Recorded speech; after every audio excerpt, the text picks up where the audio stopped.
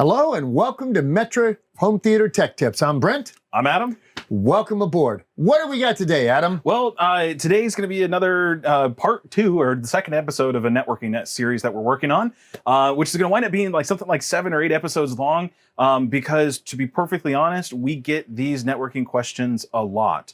If you guys call in and talk to us whenever it comes to surveillance equipment or anything else like that, a lot of times you'll get me or Lewis on the phone.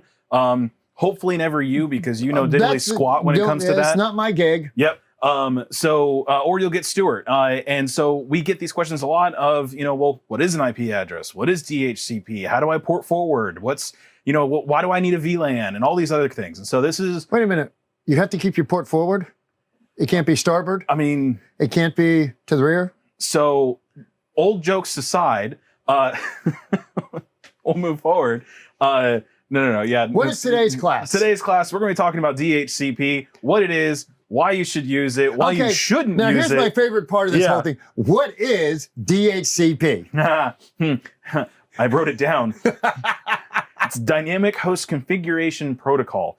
In fact, you can see here, I wrote it down on my whiteboard because honestly, this is one of those things that there are so many acronyms? Acronyms. Thank you. I was going to call it an anachronism. No, but that's me. what that is over there. That's me. We need to get our handy cam so they can see what that is. Well, just so you know, it's word of the day is anachronism. Grab that. Grab that and bring it on here. Just yank it off of there. We have a word of the day. Today's word of the day is anachronism, a person, place, thing, or idea whose time has passed, and that seems to belong to an earlier age. This is my own personal belief when it comes to these systems. This is just an inside joke between Brent and I. But Vantage Lighting, physical currency, x86 computer architecture, etc., and Brent.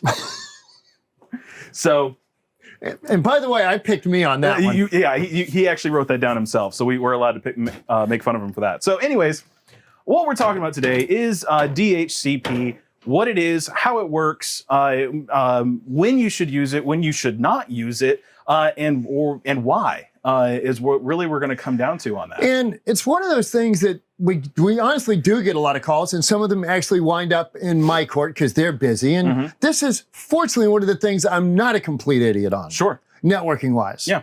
I do understand the difference between. Explain to me how this is working, Adam.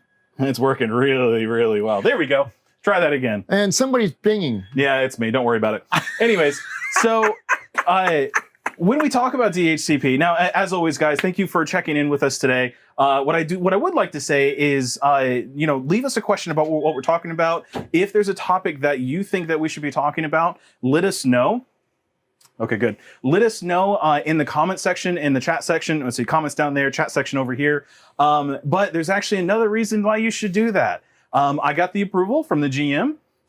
We are putting on a giveaway. So what's going to be happening is everybody gets a chance. Put a comment in the comment section or over in the chat section. Yeah, you got to put it in. There you go.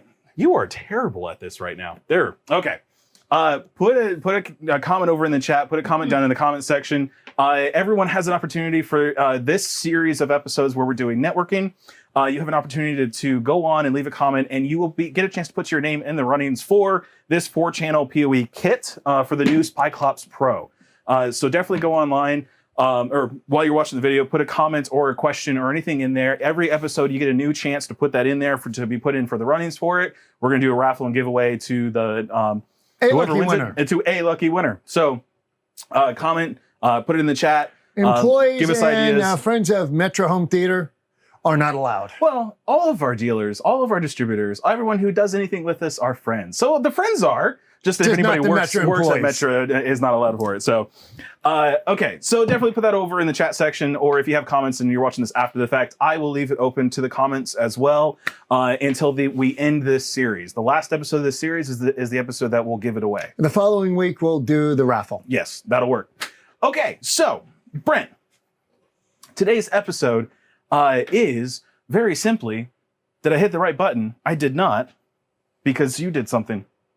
I like that. You did something. What did you do? There it is. And We're gonna blame what you. would be something that I did possibly be? I have no clue. Okay. I have Just no clue. blame the old guy. Yep, we're going to blame you Blame anyways. the old guy. Okay.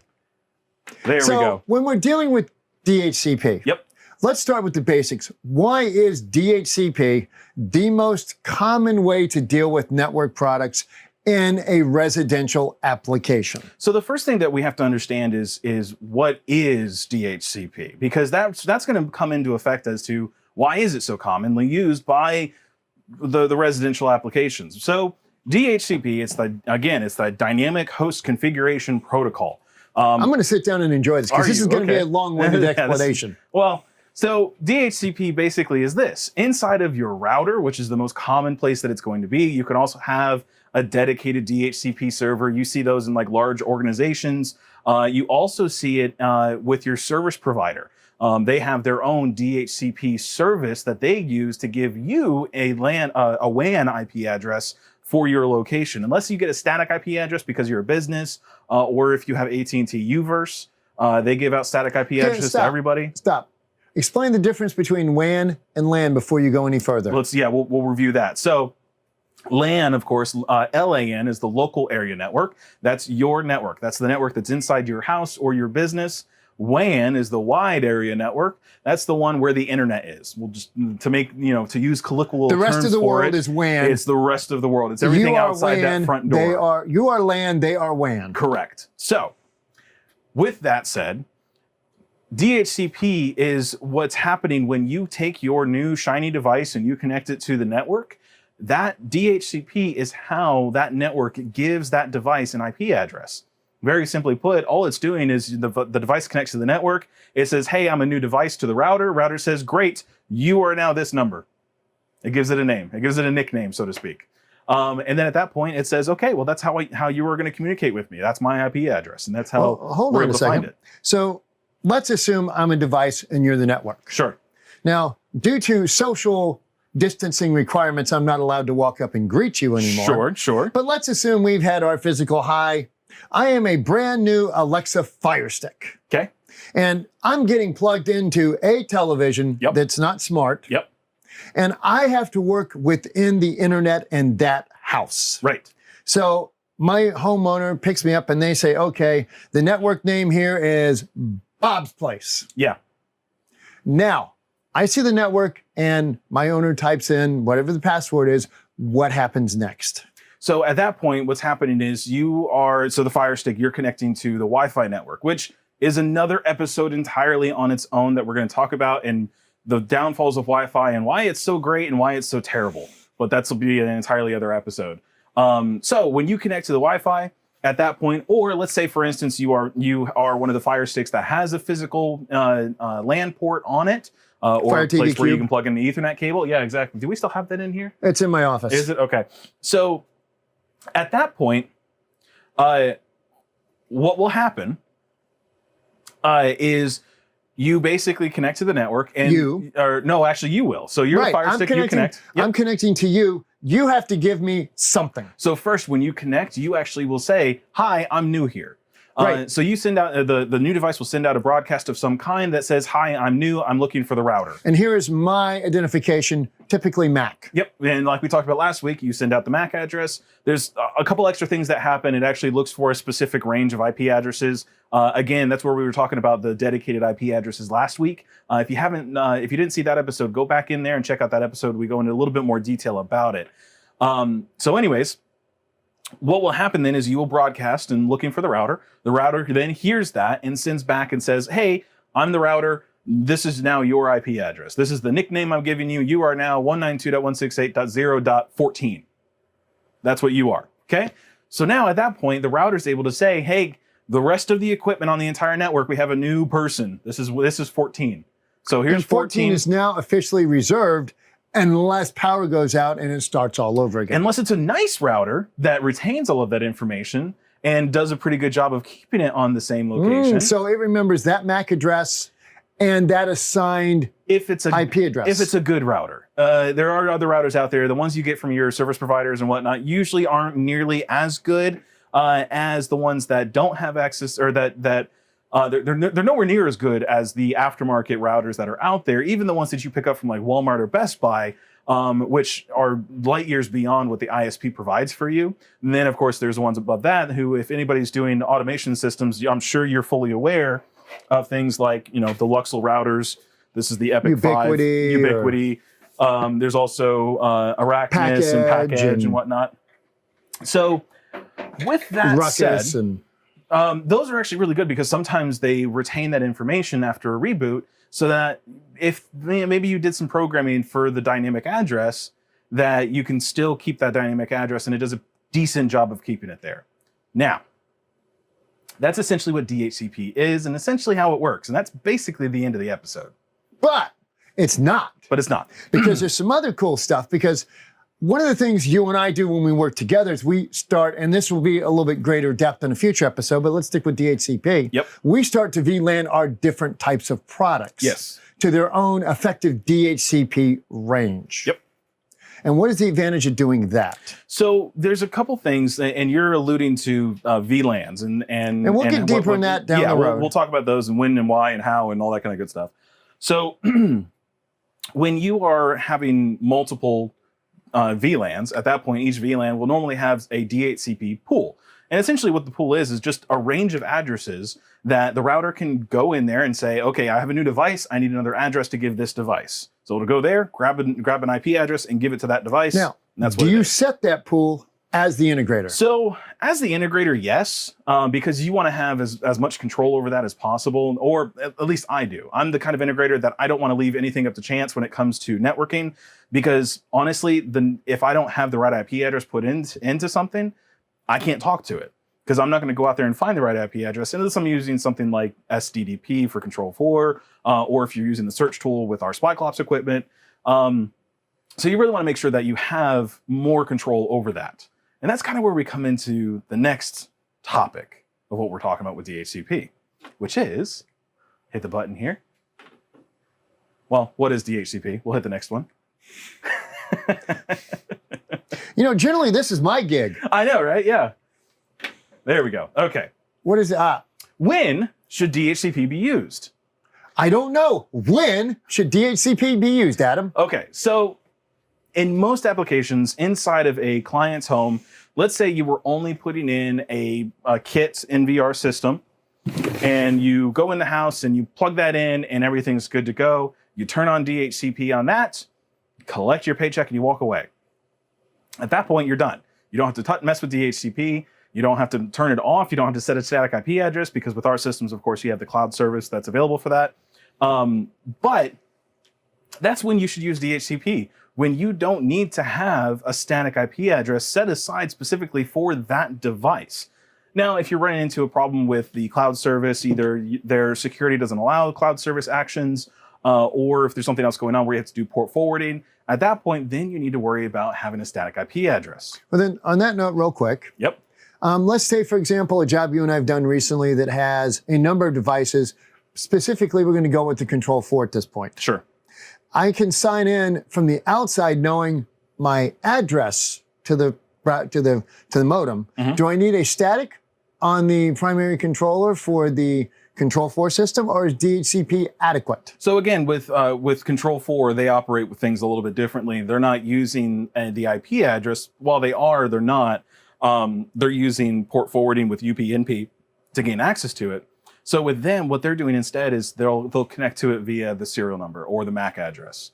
And so when you connect to it remotely, like we do from here, we'll connect to it remotely. At that point, then you don't have to worry about whether or not it has a static IP address. So DHCP is perfectly all right. It's perfectly fine for that system. Now, let's talk about when, at that point, well, what if we have a device like over there, we have the Vantage system, the Vantage lighting system. The problem is that if I left the Vantage lighting system on a dynamic IP address, Control 4 may lose connection to that Vantage lighting system, which would not be good. Because it's not looking at the MAC. Correct. It's not looking for the MAC address. It's not using SDDP to find the new address or anything like that. Instead, it's just using the IP address. So if it changes to something different, even if it's one digit off, if it's 192.168.0, Wrong is wrong. 14. If it changes to 15, that's still not right. It's still not right there at the correct address. If you ain't first, you're last. Yeah, Ricky Bobby, shake and bake. There we go. So we've got Leo on here. Hey, Leo, it's good to see you, man. Thanks for checking in. By the way, guys, again, leave a comment, leave a question over in the chat section or in the comment section down below. Right now, until the end of this series, we are putting in a bunch of different, we are giving you the opportunity to win this 4-channel NVR kit. And every Spy Clubs Pro kit. But this gives you an opportunity to do that. And so check in next week's episode, the week after that. At the end of the series, we'll be giving that away. So every new episode that we have, you get an opportunity to put your name in to win to win it. The Spy Clubs Pro kit. Yep. So. Okay. Great. So. Well, one more thing. He says, I'm not going to say your name live on air because I don't want to get in trouble with that. But FWT, we'll say that FWT is in the chat. He says, thanks guys for putting this info in layman's terms for the computer illiterates like myself. Excuse my usosername, long story. Yeah, no, don't worry about it. FWT. Thanks to the Edge Group for turning this on to you. So yeah.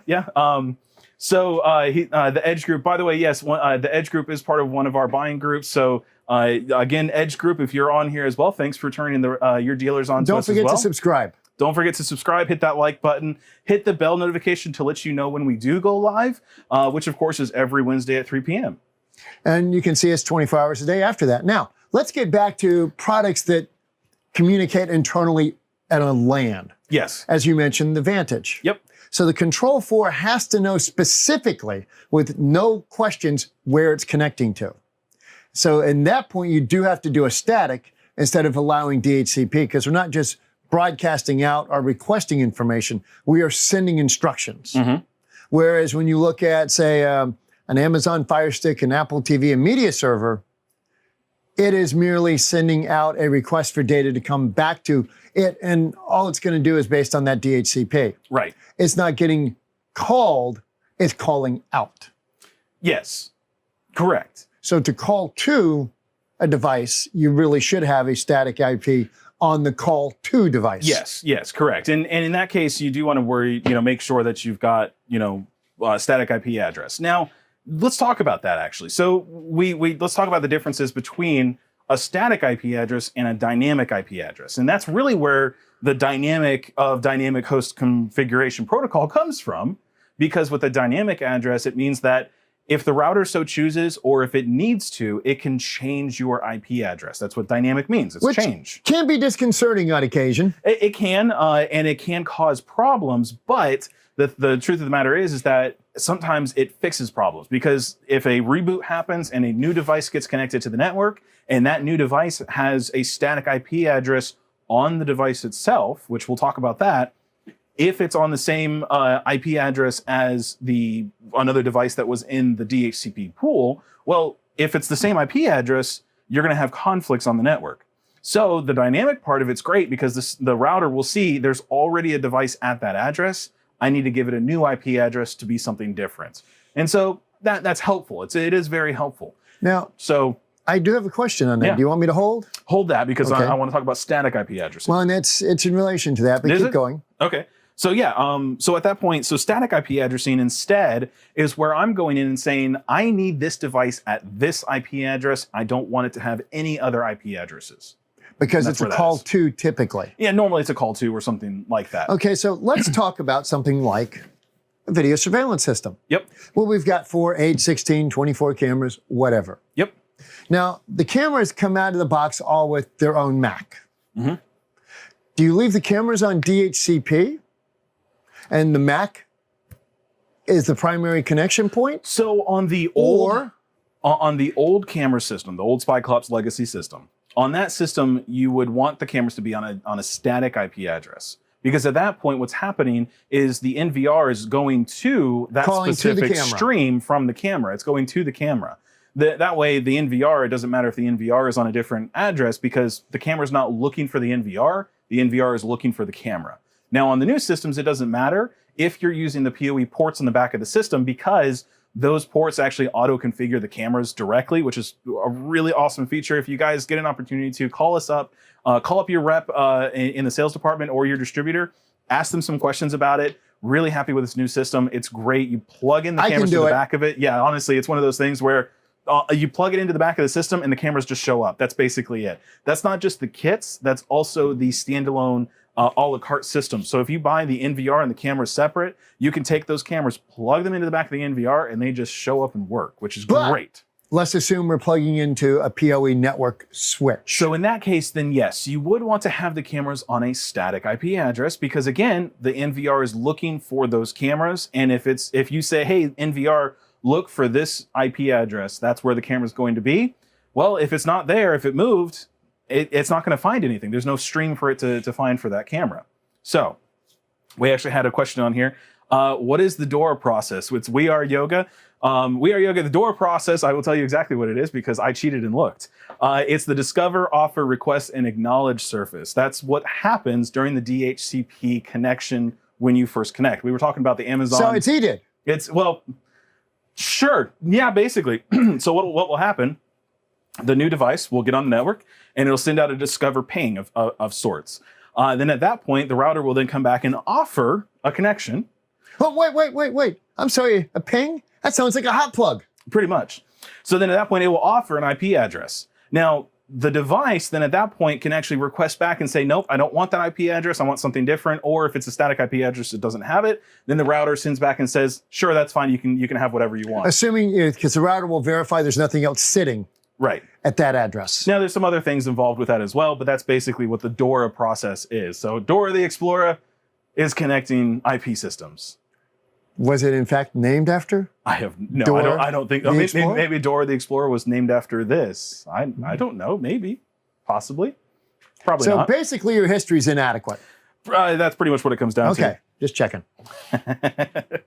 So in this case, what happens from here is when we get the device then set aside. So we've got dynamic addresses and we have static addresses. From there, where we go with it next is, well, which one should we use? And we've kind of already talked about that. Should we use a static IP address for this device or should we use a dynamic? For years, you wanted to do static in home because the intelligence of the devices. Right. And there's a lot of call too. But as we've seen in the past couple of years, so much has changed that it's no longer everybody has to have their own special niche in the world. Right. It can now be a group therapy and it works wonderfully. Yeah. So, and it does. It works a lot better now because things are looking for MAC addresses or they're looking for specific broadcasts or pings of some kind. That's what SDDP is using for like Control 4 and whatnot. Leo's saying she has everything in that backpack. She's talking about Dora. So you are correct. She has just about everything. Now, see, sadly, I'm an old man. So you don't follow along with that? I've heard of her. Uh-huh. You know, I've seen... Well, I have kids, and so I've seen stuff on the internet about her, and I think there was a live-action movie. Swiper, no swiping. You know, I'm a map, I'm a map, I'm a map, I'm a map. And then there's, hang on. Wait, what's his name? Dino Dan? No, that's a different show. Anyways, moving on. We're having fun today. So let's talk about this then. How do we set a static IP address? Well, it's going to depend on the product. Using DHCP. I am going to guess, and this is a guess. Sure. I'm going to guess we enable DHCP. The device calls out to the router, gets back an address, and then we disable DHCP, and that address becomes fixed for effective purposes to that device, both at the device and at the router. No. Well, half right? Well, you're half right. So which half is right? Leo actually had the answer to this one earlier on. That's why I didn't call it out, Leo. Leo says, in the case of a Roku, MAC reservation. Okay. So DHCP reservation or MAC reservation or IP address reservation or DHCP pool reservation or whatever you want to call it, that's basically what's happening. I am saying, okay, this device, this Xbox has a MAC address of this. I'm going to put that information into the router to begin with and say, hey, I want this router. By the way, router, if you see this MAC address, give it this IP address. Then at that point, what I've done is I've now reserved, that's where that reservation comes from. I've now reserved that IP address for that device specifically, making sure that, I keep everything in order. There's a tool out there. In fact, I think I've already shared it out a couple times from a couple episodes back. There's an IP address map or a project map. Get it? I'm a map. Dora, the Explorer, is going to show up a lot more often in the next couple episodes. See, now I'm actually going to have to go back. I think you're going to have to go watch it. And YouTube Dora. Yeah. So there's a map out there, and basically it's a worksheet. And at that point, it gives you the ability to write down all the different MAC addresses of all the different devices and kind of lay out exactly where you want them to be on the network. Which, in my opinion, you should do before you set up your system. Yes. Because if you've got automation, you got keypads, you've got your streaming devices, you've got your AV devices, you've got your video surveillance devices, you may have a Ring or a Nest or Google Cam. Yep. And all of these things, first off, you start to increase your network traffic dramatically. Yeah. Which is why we're going to get into VLANs here in the near future. Yep. Yep. But you also start to run out of available addresses. I don't like to put addresses on top of each other. Or you just forget where it's at, because at that point, yeah, exactly. You may forget where it's at. So what will happen is you'll come back and you'll get a phone call, say, hey, this device isn't working. Control 4 is not working. Crestron's not working. I had an Amazon call today. I had to go and power cycle. Yep. A Fire Stick. Yep. And depending on what the device is, it may not need to be power cycled. It may need to, maybe the network is down for that device or something else. And so looking at the network, you can say, well, this IP address was there before and it's not there now. That means that I've lost connection somewhere, somehow. I would like to throw a tech tip in just based on what I just said. We have run into several issues with Fire Sticks and the dots for audio. Okay. Where they get warm, even if they're fully exposed. And what you'll start to see is no network connection. Okay. Or very slow response from the remote. Okay. Or stuttering audio. Good to know. And the only solution to this is unplug it. Let it sit. Let it cool down. Plug it back in. It'll pull a new IP. Everything works again. The remote responds. And this does not appear to be based on environment. Because it's open, maybe it's fully open there and everything. To happen. May have just been a firmware update that the device is starting to use more power or something like that. It's a good thing. It's a good idea to start thinking about switching controlled power supplies on all these kinds of devices going forward.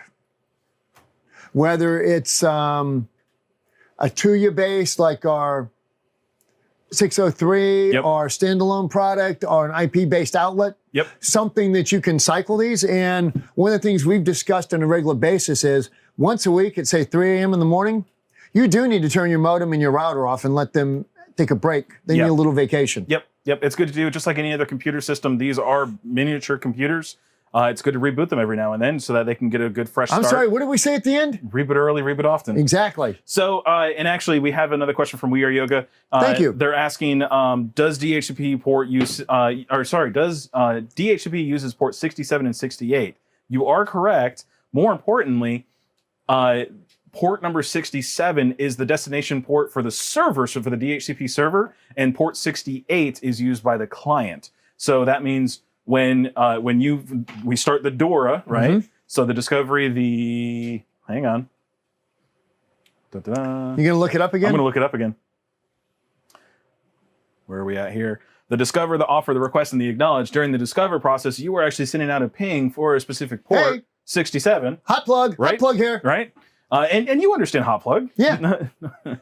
Then at that point, the router will then respond, or the server will then respond on port number 68 to that device. Oh, what are you? Yeah. What are you? What's going on? Very much like HDMI. Yeah, exactly. So I wonder where they got the idea. HDMI. From Philips. And well, that was a whole episode. We did a whole episode on that, didn't we? Amazing how the two connect, isn't it? Yeah, exactly.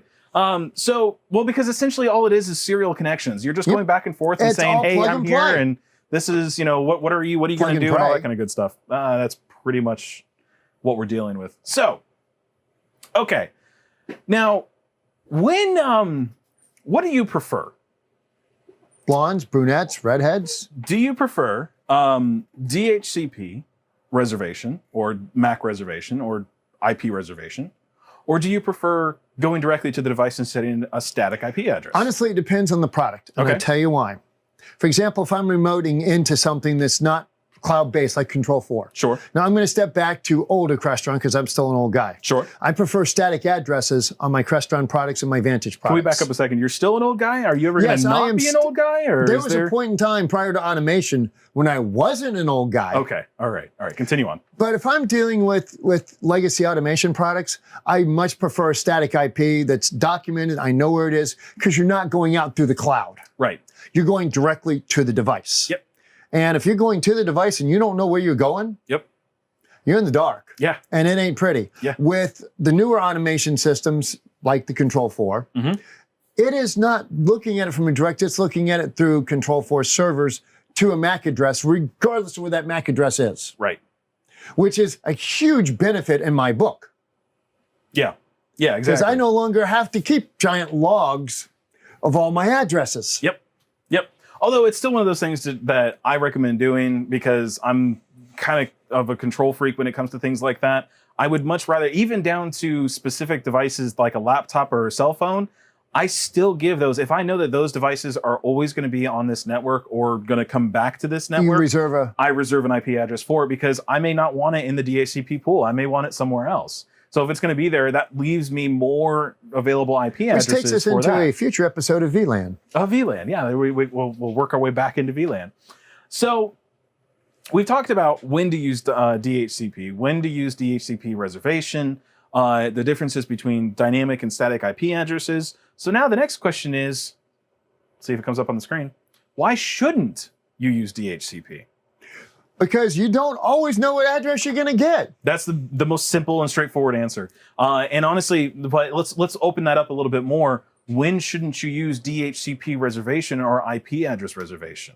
And you were talking specifically. Now, see, that's a tougher question. It is. And because honestly, a lot of it comes down to personal preference. Like myself, I like to have one specific location because I can have everything go to the router. It's easy to set up because it's one spot. I don't have to hunt down the different addresses or different devices, log into them, or use the on-screen interface or something like that to get a static IP address. I can just go to one location.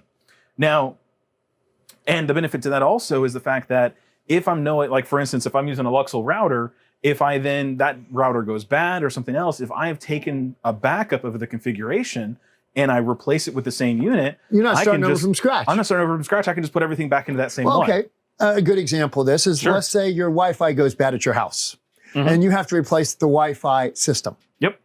Do you use the exact same username and password that you did before? On the previous router? Not for the admin, but for the devices. So I do, because I don't want to have to go through every damn device in the house and change them. Yeah, pretty much. Yeah, for the Wi-Fi. So that way it makes it a little bit easier. Not the admin side, but the device side. Now, I have run into in the past, and this is something that I've got to do more research on for our Wi-Fi episode, but I have run into in the past where I have replaced like an access point or a router or something like that, and I've done that, but all the devices refuse to connect to that new Wi-Fi. You generally have to power cycle. Well, and I've done a power cycle, and at that point, it didn't connect. And in fact, I'll tell you what, everybody, if you would put the answer to this, if you know what the answer is, put it in the comments or in the chat section over here to the side. Let me know. Did I miss something on my end of it? Because I'll use that inside the Wi-Fi episode when we talk about it. And you know what? For the heck of it, if you get the answer correct, I'll put your name in the runnings for a second time.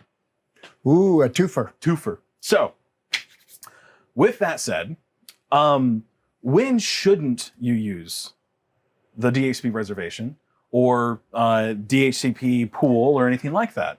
My statement on that is going to be if you're dealing with an older product or something that's got to be called to every time and you know where it's got to go. And it's always going to be at that address. Right, and it's a call to. Yeah. Meaning the processor is calling out and sending commands specifically to something that has to happen. Yep. We're not looking at a media server that's calling out to watch the latest episode of Lucifer. Yep. We're looking for the control center to send a command to turn the lights on. So, and we'll use that as the example. That's exactly where I was going with it. We use at this job that we've alluded to or talk about all the time. We use the Vantage lighting system there, and we talk to it over the network from Control 4. That specific system, I am doing both. I am doing a dynamic reservation or an IP address reservation through the router, but I'm also doing a static IP address on the Vantage system. Those numbers match. I made sure that they matched. That way there's no conflict or anything else happening there. But it's primarily because, to be perfectly honest, we've changed the network in that house 3 times? At least. And so at that point, I'm not keeping the same router in place. I'm using different routers. It's not necessarily that we're trying new systems in there. It's just we're learning stuff and figuring that we have problems with other ones, so we get more reliable ones. But we've had some. It lives on the beach, and there's no real ground, and we have dealt with some. Yeah, we've dealt with some really bad problems. Rude Technologies is saying DHCP reservations outside of the DHCP pool for fixed devices. Yes. And we do the reservations and the static so that the DHCP router will not accidentally give that address to something else. There's actually something really interesting about this, Rue. You bring up a really good point. There are some systems out there, and I believe PackEdge is one of them. You can't, inside the router, when you do the static reservation, the IP address reservation system, you can't give it an address outside of a DHCP pool to that device. You have to give it an address that's from the pool if you do the reservation system that way. Honestly, I ran into that once on a job and refused to use it again because that's my whole reasoning behind it is I want it outside of that pool. I want it to be on something outside of that pool because it's never going to be picked up. Never wanted to be picked up. Never let there be a chance that it could be picked up by something else. So you are correct. It's in certain circumstances, there are devices out there, only because I've run into it myself, where they don't let you use an address out of that pool. So yeah, if you run into that, honestly, if it was me, I'd go to something else. Find another product. I really would, yeah. So now, when else, Brent, should we use a static IP address on the device itself?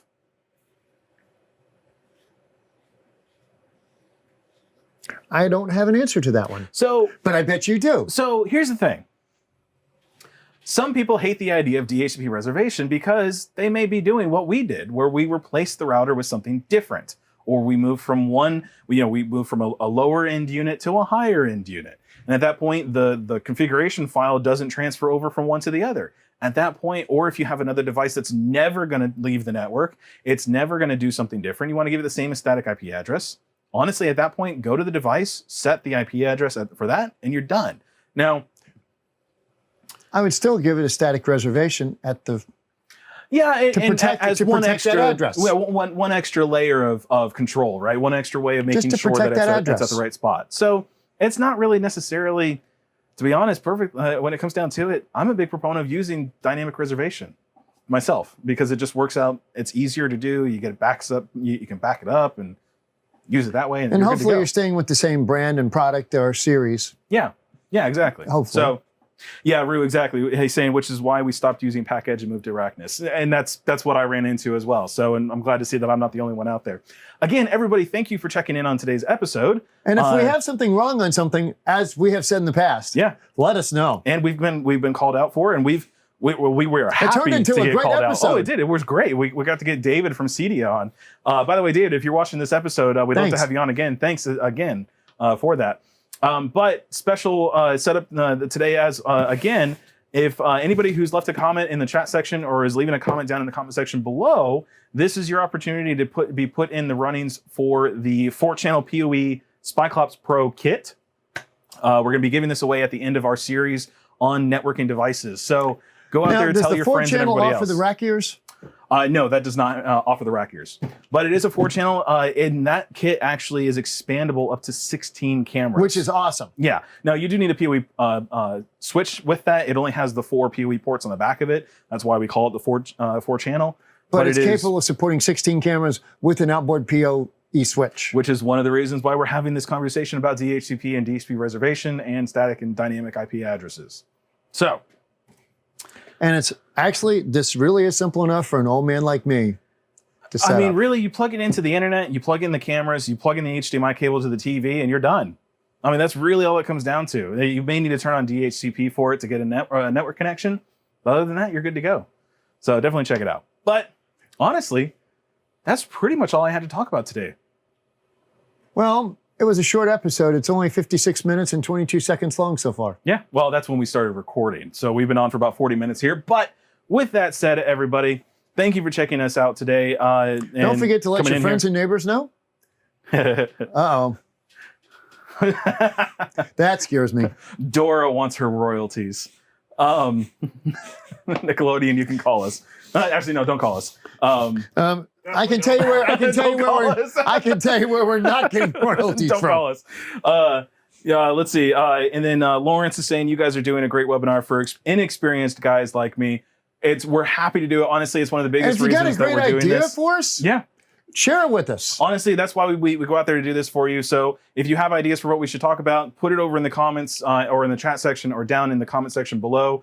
As always, you can contact us directly. My phone number here, or sorry, the tech support line here is 386-492-8584. You can contact Brent at 866-839-9187, extension 220. Now you'll notice that 3. I still have an old series number and extension because I don't get the cool phones that the hardworking guys do. Now, soon your numbers can be updating, and we will, of course, update that here on the screen for you as well. You can see, of course, our contact number is down here on the screen as well. So definitely feel free to reach out to us there. You can email us, adamr@metrohometheater.com or brentm@metrohometheater.com. Soon to be Metra AV. Yeah. Soon to be Metra AV. We're working on that. Yep. As the world is changing, Yep. we're no longer going to be just home theater. Correct. So through the years, we have progressed from Ethereal Yep. to Metra Home Theater to Metra AV in the next, over the course of this year. Yeah.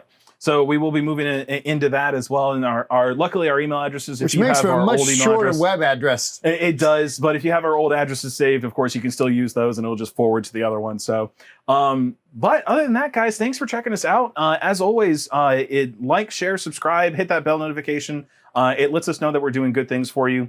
There may also be a requirement that you're subscribed and you like the video in order to be put in the runnings, but I'll have to talk to management about that to see how that works. If you got a great idea for a video, whether it's a short 30-second, a 5-minute, or one of our shows, let us know, because Adam and I love to stand here and pontificate. Yes, we do. Yes, we do. It's fun. Anyways, everybody, thanks for checking in. Like, share, subscribe. Brent, where can they find us? MetroHomeTheater.com or Metro Home Theater YouTube. Yeah. So obviously you're there already. Well, yeah. So Brent, what should we do? Reboot early, reboot often. Don't cut your wires too short. Call tech support. Turn off CEC. And call tech support. And call tech support. See, I got you all flummoxed. You got me all backwards. Have a good day. I'm Brent. I'm Adam. We're out of here.